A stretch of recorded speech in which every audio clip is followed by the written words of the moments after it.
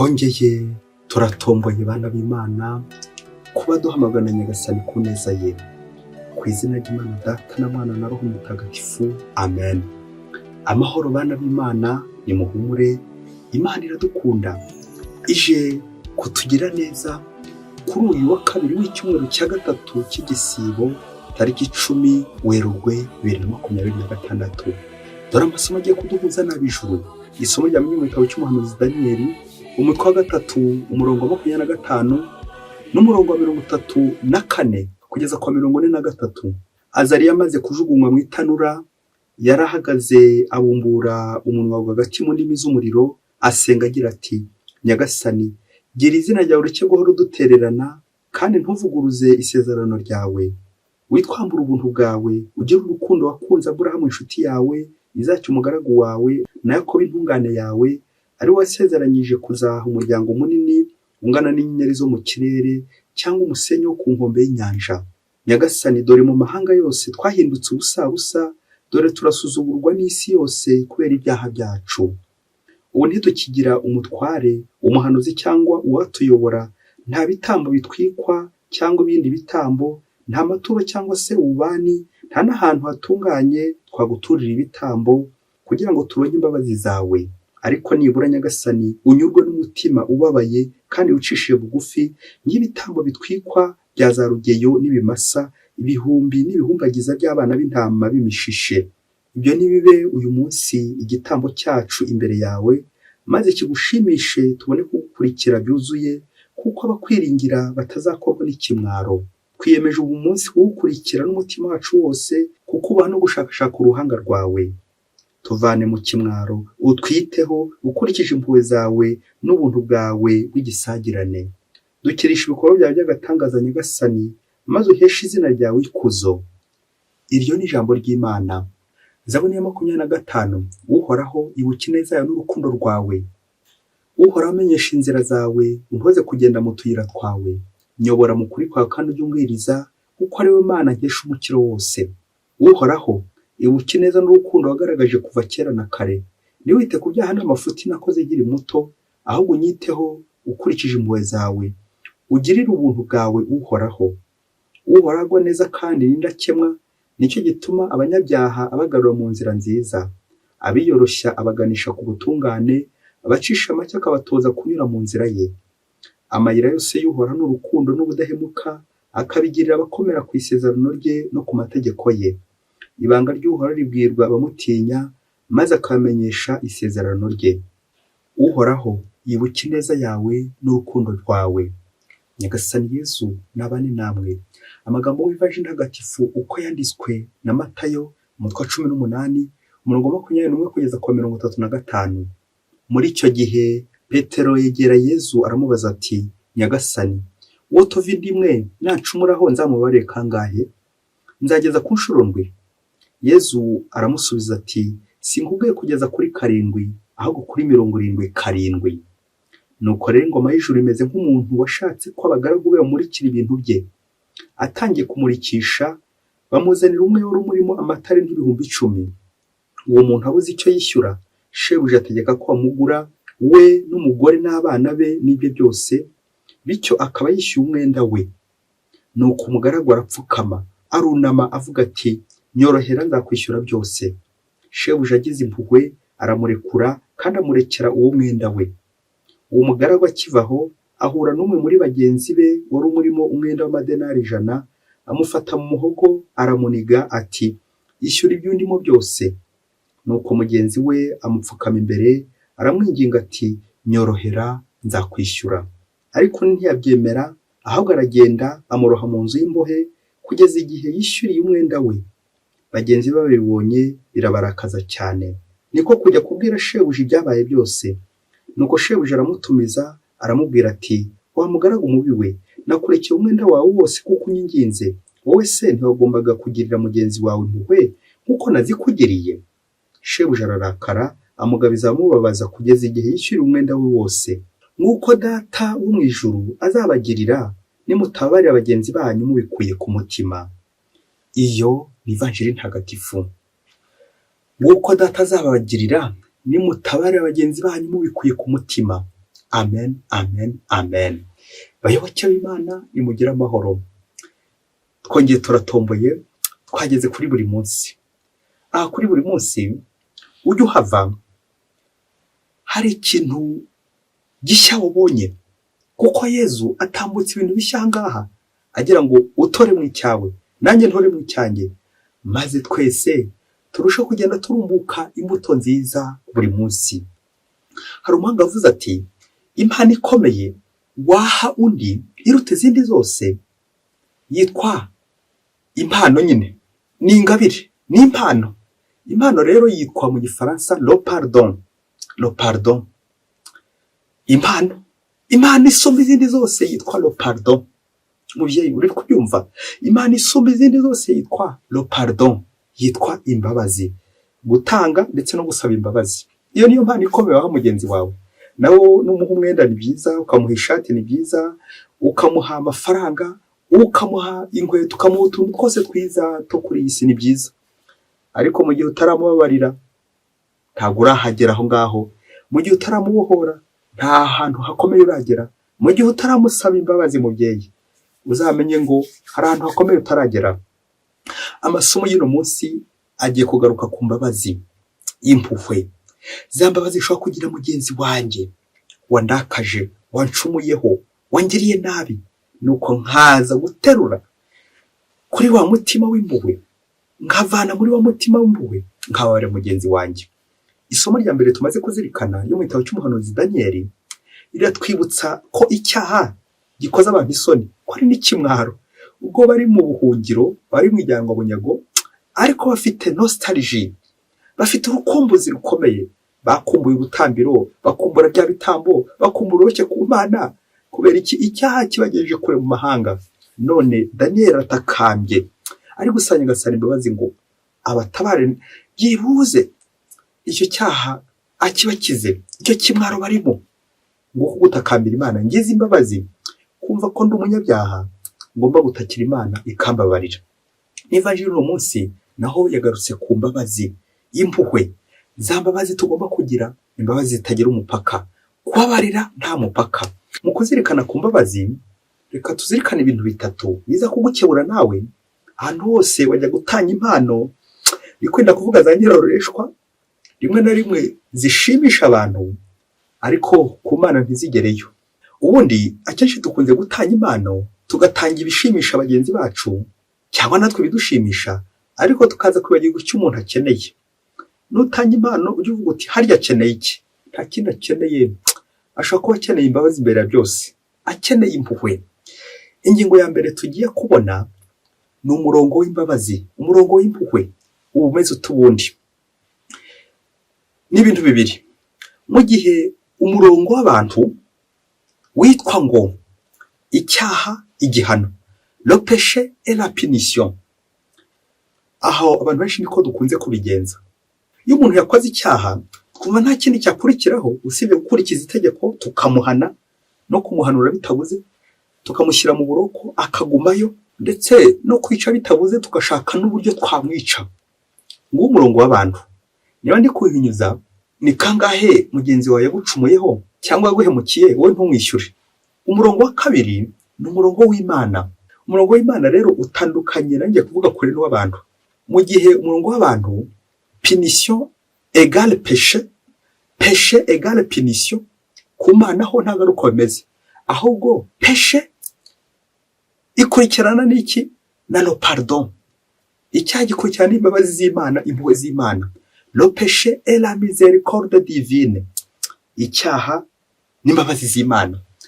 Mubyeyi, umurongo ujya udutsinda kuko kenshi dushaka kwiremereza, kwishyira heza, kubabaza bagenzi bacu, gufatira bagenzi bacu mu mashyingo. Iyi ngingo ya mbere y'umurongo w'Imana n'uw'abantu uze kuwukoraho umwitozo ugira utya.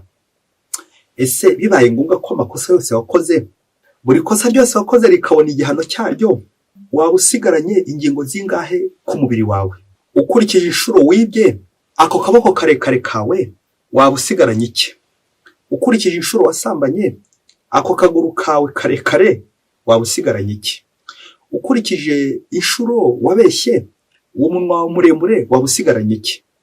n'izindi ngingo nyinshi cyane uze kugenda wirebaho, uraza gusanga ingingo zawe z'umubiri zaragiye zicumura. Ari wowe nyine, ni wowe nyine nyir'ubwite, wari kuba usigaranye iki? Ndakubwiza ukuri, bamwe bari kuba nta rugingo na rumwe bakigera ku mubiri, abandi bari kuba barapfuye kera, kuko nyine icyaha ari urupfu. Kujya kure y'Imana n'urupfu. Ngaho Nyagasani aza akadutabara avec le pardon, imbabazi, kuko ataduhaye imbabazi ntabwo nyine twaba turiho. Ngaka agaciro cy'imbabazi, ngo umurongo w'Imana, umurongo w'imbabazi. Ingingo ya kabiri ni ingingo idusaba kuba maso, tuva mu isezerano rya kera tujya mu rishya. Aho mu isezerano rya kera hariho icyo bita kwihorera, ariko mu isezerano rishya Nyagasani akadusaba kubohoka, kubabarira, koroherana, vengeance et tolérance. Ku ruhande rumwe ni vengeance, kwihorera, ku rundi ruhande rwo mu isezerano rishya Yesu aradusaba koroherana. Tujye kureba umubare 77 uko akoreshwaga mu isezerano rya kera nka vengeance, kwihorera. Reka tubyirikane igitabo cy'Intangiriro umutwe wa 4 umurongo wa 23 kugeza ku 24 haragira hati: Lameki abwira abagore be ati, Ada na Sila, nimutege amatwi bagore ba Lameki, nimwumve ijambo ryanjye. Nishe umugabo ankomerekeje, nica n'umwana ansaritse. Ubwo Kayini yahorewe 7, Lameki azahorerwa 77. Mubyeyi, iryo jambo ry'Imana uraryumvise? Aha ni mu isezerano rya kera hariho vengeance 77. Mwumva ukuntu yakoreshejwe mu kwihorera. Iri somo nanone ryerekeza cyangwa rituvana aho ngaho tujya mu isezerano rishya ku ijambo rya Yesu yatubwiye no munsi, Matayo 18:22. Nuko Yesu asubiza Petero ati, sinkubwiye kubabarira kugeza kuri 7, ahubwo kuri 77. Amen, amen, amen. Wowe umugabo nyine ukurwamo n'undi, utekereze nawe igihe cyose tumaze twihorera, bishatse kuvuga ninze kuvuga ko utaramenya Kristo, kuko iyo wamenye Kristo wari kumenya n'iri jambo rye nka 7 icyo byerekezaho.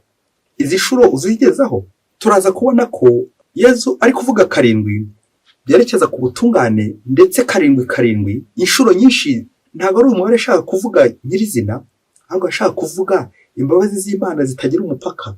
Kwabarira utabara, kwabarira nk'uko Imana nayo ibikora, kugendera ku Mana, kugendera kufite imbabazi. Burya hagati wahemutse n'uwahemukiwe bavuga ko ufite imbabazi ari uwahemukiwe, kuko niwe ugisigara nyine izo mbabazi, nawe wahemutse wenyine aba ari mu kimwaro. Natwe hari abo twagiye duhemukira turi mu kimwaro, hari n'abandi natwe twagiye duhemukirwa. Ugiye wibuka ko ari ufite imbabazi. Abenshi banemeza ko umuntu wahemukiwe ari we nyine unasaba n'imbabazi, kuko nta niwe ushobora kuzana wa wundi wahemukiwe akamujyana mu murongo mwiza. Niwe ukize ku mbabazi nyine. Uko niko Imana ikora. Nabyo Mutagatifu Yohani Mariya Vianney avuga ati, si umunyabyaha ushakashaka Imana ngo ayisabe imbabazi, ahubwo ni Imana yiruka ku munyabyaha kugira ngo imubabarire. Amen, amen, amen, amen. Iyi Evanjiri yaduhaye urugero rw'umugaragu wababariwe na shebuja, kandi yari amurimo ibintu bikomeye byinshi cyane. Nuko ageze imbere afata mugenzi we mu mashyingo ati, nyishyura. Kumufungisha kumuniga bitabuze. Nyagasani arifuza gutwerekeza ku isengesho rya Dawudi mu ijuru, kubabarira abandi nk'uko natwe Nyagasani tubabarira. Uyu muntu utarabaye mugenzi we arerekeza ku bitekerezo tujya tugira. Buri gihe tukaba turi gutekereza abandi nabi, bagenzi bacu abaduhemukiye, turi kubakubitira agatoki kandi turi gutekereza nabi uburyo tuzabihimuraho, uburyo tuzabatsinda, uburyo tuzabagirira nabi, icyo wamukorera muhuye, uko uzajya kugura intwaro, uko uzajya gushakisha uburozi ukamwica. Ibyo byose ni bitwerekeza kuri bwa kanyarire bw'umutima dufite bwo kwihorera, gutababarira, kunangira umutima, bwa burakari tugira. Iki cyaha abantu benshi tujya dukunda kugwamo. Umuntu yatubabaje, umuntu yadukoreye nabi, nta kindi gihakurikira kwihimura, kumubabaza, tukaza kwibagirwa ko kwihima nyine, kwihorera biganisha kuri izo nshingangirira nyine zigenda zikugarukaho. Iyo uhimye mugenzi wawe burya bigeraho nawe ukihima, iyo umwihoreyeho bigera nawe ukihorera nyine nawe bikugarukaho. Nk'uko birangira wa mugaragu nyine akomeje gufungwa nyine, ivanjiri yasoje ivuga iti ngo namwe nimutabara bagenzi banyu amakosa yabo, uko niko namwe bizagenda. Nawe uzaba uri muri prison, nawe uzafungwa. Ufungwa ni prison y'icyaha, aho Nyagasani tutamwegera uko bikwiye. Wongere rebe nawe ugiye wihoreraho, aho ugiye wihimuraho, aho utatanze imbabazi uko bikwiye n'izangerorishwa. Nyagasani arifuza ko wamugarukira vuba na bwangu, maze nawe guha imbabazi zishyitse. Imbabazi z'Imana zihora zishyitse. Urukundo rw'Imana, impuhwe z'Imana ntizigereranywa, nta mupaka zigira. Ingingo ya 3 ni umwitozo wo mu rugo. Niba ushinze urugo, umwitozo ukore neza. Niba kandi witegura gushinga urugo, umwitozo ndagusaba ko ukora neza. Hagati aho ufunga amadirishya ko hagiye kubera ibintu by'ibanga, kuvuga amabanga, maze ntihaze kugira igitaruka na kimwe. Funga amadirishya yawe. Ngo umunsi umwe hirya kure cyane muri Afurika, ngo mu rugo rumwe rw'umugabo n'umugore ngo bari babanye neza, ari intangarugero. Abandi bo muri ako gace bafatiraho urugero rw'urugo rwitwara neza. No kugihe kimwe kiza kugira bya bindi by'uko nyine iyo nihoramo kandi ngo nicyo ntara bushyitsi, wa mugabo muri rwa rugo waza guca inyuma umugore we, ariko yagera imbere icyaha kikamurya kikamubaba. Nuko araza abwira umugore we ati madame, naguhemukiye, naguciye inyuma, mbabarira. Umugore aramubabarira, barakomeza. Hashira igihe bya bindi by'uko nyine iyo nihoramo, wa mugabo igihe kiza kujya n'ubundi aciye umugore we, dore ko bari abindani mu torero. Umugabo yagera imbere akavuga ati ariko ubundi umugore aramuhemukiye, nawe ngiye kumuca inyuma, ose koko biragenda bitarongera mbabarire. N'ubundi wa mugabo aragenda abwira umugore ati mva, naguciye inyuma n'ubundi nongeye kuguca inyuma, mbabarira. Umugore agira cya aramubabarira. Ku nshuro ya 3 n'ubundi wa mugabo arongera, n'ubundi aragaruka, umugore aramubabarira. Uzi ko byageze ku nshuro ya 6 umugabo yongera kugwa hahandi, yongera kuza agasaba imbabazi, umugore akamubabarira. Igihe kigeze, wa mugabo arahahamuka, arwara katoroma, ati koko uyu mugore yaba ari muzima, kubona ambabarira buri gihe naje kumusaba imbabazi nkabona arambabariye. Wasanga nanjye ajya nca inyuma, wasanga nanjye ajya yihimuraho, cyangwa wasanga ambikiye uburakari, umujinya n'ubugome ko nanjye azanyihimuraho umunsi umwe. Uyu mugore simushize amakenga. Umugabo amaze kwakira za mbabazi akomeza bishyiraho utubazo ati wasanga uyu mugore ibi bintu ko ahubwo ari ubikora kundusha, wenda kambabarira kugira ngo ntaza kugira icyo mbimubazaho. Uyu mugore nuko umugabo kakandara kabika ko umugore atamubabariye. Hashize akanya ngo wa mugore agiye kumva kuri telefone, yumva umugabo aramuhamagaye wundi atazi ko ari inshuti y'umugabo we. Nuko aramubwira ati yewe wa mugore we, wamenye ibyabaye mu rugo rwawe, ko umugabo wawe ahora guca inyuma, kandi aguca inyuma anyuze ku mugore wanjye. Umugore wanjye niwe babanye, none nabuze uko nabigenza. None rero ngiye kugusaba ikintu gikomeye, ariko nawe kiza kuguhoza. Waretse natwe tugahura, undi nanjye tukaryamana, tukabihimuraho ko bamaze kundembya. Nuko wa mugore aramubwira ati icyo gitekerezo ni cyiza, nanjye ibyo bintu rwose nkurikije ishuro n'uburyo umugabo anca inyuma n'uburyo angirira nabi, icyo gitekerezo ndagishyigikiye, ejo nzaza ubundi natwe tubihimureho. Nuko wa mugore arana cya gitekerezo mu mutwe, uburyo azajya kwihimura ku mugabo we, nawe akamuhimuraho bitewe n'ibiba mukorera. Nuko muri iryo joro ari gutekereza, bishoboke ko ari kwitegura nyine uburyo azagenda, ngo aza kunyarukira mu isanduku. Bishoboke ko ari kureba ibyangombwa, ko ari kujya nyine byamusaga gutwara ibyangombwa. Ageze aza kugwa ku urupapuro akiri umukobwa, aho rwamwibutsaga ngo nubwo umugabo yazanca inyuma, ngewe sinzigera muca inyuma. Ngiye igisezerano yari yagize, aranaryandika ati umugabo naramuka aciye inyuma, ngewe nzakomeza kuba indahemuka, naba umuhemu ngewe nzakomeza kuba indahemuka kugeza ku ndunduro. Wa mugore asomye rwa rupapuro, yongera kwibuka bya bindi wa mugabo yamubwiye. Nuko abyutse mu gitondo aravuga ati iyo nimero ntishoboye kuboneka. Umva, umugabo wanjye nubwo yanca inyuma, naguye ku isezerano narataye. Umugabo wanjye nubwo yanca inyuma, njyewe sinshobora kumuca inyuma, biramureba, icy'ingenzi nuko njyewe nzakomeza kuba indahemuka. Nuko wa mugore amaze gusezera wa mugabo nanjye kuvuga amaramasana rwihishwa, tekereza uburyo umugabo agiye kubisha, tekereza ibigiye kubera ahangaha. Nuko amaze kumusezerera wa mugore asubira mu rugo rwe, akomeza kwitunganya uko bikwiye no gukora imirimo kuko yari bisanzwe. Ngo burya kera kabaye, ngo yari umugabo we washaka kumugerageza, anyura izindi nzira, anyura ku bandi, ariko ari ukugira ngo agerageze uwo mugore arebe koko niba nawe atajya guca inyuma cyangwa niba yaramubabariye koko by'ukuri. Ati ubwo umugabo wawe ajya aryamana n'umugore wanjye, ngaho nawe ngwino.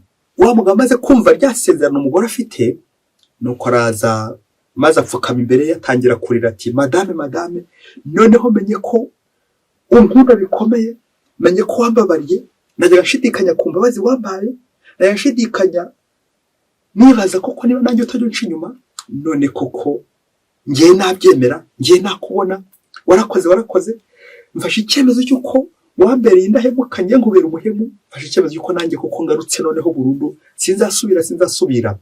Nuko kuri ya nshuro ya karindwi nyine nibwo wa mugabo yaje guhobera na wa mugore, barishima cyane, baranezerwa, nibwo koko yaje kubabarirwa, nibwo yaje gukira, ngo ntiyongeye gusubira muri izo ngeso na busa. Akurikije urwo rugero cyane rw'uwo mugore wakomeje kumwitaho amubabarira. Isezerano ufite riva hehe rikagera hehe? Bayoboke b'Imana, Yezu Kristo akuzwe.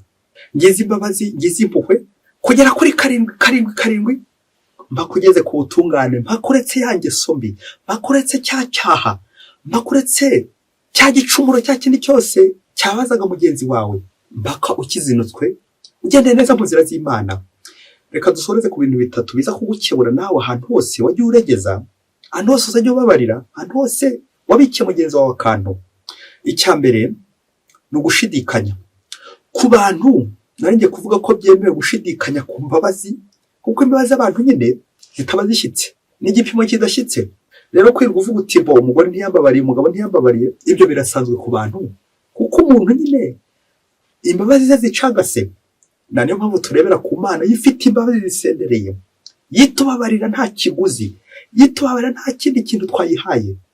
Nawe nanjye rero twige kubabara no kubabarira abandi. Hari umuntu guhora guhemukira mu bana, umugabo, umugore, ese waramubabariye? Ese wowe wakomeye ku isezerano ryawe, cyangwa nawe wafashe igihe uti nanjye reka muhime aho yahereye? Ngaho abantu benshi dukunze kugwa ati nanjye yarampemukiye, nanjye ngiye kumwishyura, yarampemukiye, nanjye ngiye kumwishyura. Ugasanga turi kugenda twishyurana, agukuye mu ijisho nawe umukuye mu irindi, aguciye inyuma nawe umuciye inyuma inshuro 7 zose. N'ubundi bukozi bw'ibi byose tugenda dukora duhemukirana, twihimura, kaza kurangira ariko turi kwihima n'ubundi. Icya kabiri ni ugukomera ku isezerano, être toujours sérieuse. Haryo uribuka bya bindi wandikira Imana, yasezerano ujyanye n'Imana ati njyewe nubwo uyu nguyu yampemukira, njye sindize kumuhemukira. Hari imvugo igira iti il vaut mieux subir l'injustice que la faire. Ngo ushobora kwibwiriza umuntu araguhemukiye, wowe ukakira ubwo buhemu, ukakira ako karengane, aho kugira ngo urenganye undi. Ngicyo bita isezerano, gukomera ku isezerano. Ntabwo ari uko bataduhemukira, ntabwo ari uko bataturenganya, ahubwo se ushobora kwakira akarengane ukababara ndetse ukanababazwa, aho kugira ngo ubabaze abandi. Nugera aho ngaho uzaba uri kugana kuri 7 inshuro zitabarika, kwemera kwakira igisebo kugira ngo ndagira agaciro. Abenshi dukunze kubegeraho, ariko naho Yesu ashaka kutuganisha uno munsi, ukora umwitozo. Icya gatatu twazirikanaho ni uko urugo, mubye iyi ntero yifate mu mutwe, urugo ntabwo ari urukiko, ahubwo ni imbabazi. Umugabo n'umugore ntabwo batikurana, ntabwo bashyamirana, ahubwo bajya impaka z'ubuzima bwabo, buri wese akazana igisubizo, undi akazana ikindi, uyu akazana kimwe, undi akazana ikindi, bakaza gushyira hamwe. Mwende ku rugo rwanyu rwazaba urukiko, kuko abari mu rukiko akenshi bagana kuri prison, gufungwa, kubohwa gatanya n'ubundi bukozi bw'ibi bwose. Kubera iki? Nta mbabazi ziri mu rugo rwanyu. Igihe cyose urugo rwanyu rwabuzemo imbabazi ni nk'urugo rwabuzemo amazi n'umuriro. Wongere utekereze ko urwo rugo rwabuzemo amazi, rwabuzemo imbabazi, uko ruba rumeze. Aho ngaho namwe nirinze kuvuga ko nyine muri mu muriro.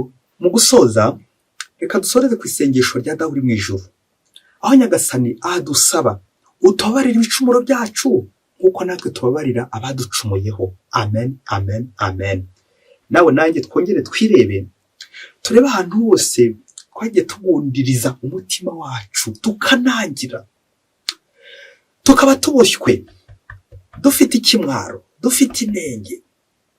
Aho hose rero nta na rimwe uzashyikira Imana mu gihe nyine ukiboshywe, mu gihe hari abo uboshye, mu gihe utarasaba cyangwa utanga imbabazi. Iyi mbabazi niyo kadi ikomeye cyane waho umuturanyi, waho mubana, ubundi nawe ugatekana, kuko imbabazi gushyitsa ku Mana zigashyitsa na mugenzi wacu ku Mana. Mwese Imana ibaha umugisha, Imana Data na Mwana na Roho Mutagatifu. Amen. Padiri Masomo Ladislas wa Diyosezi ya Cyangugu.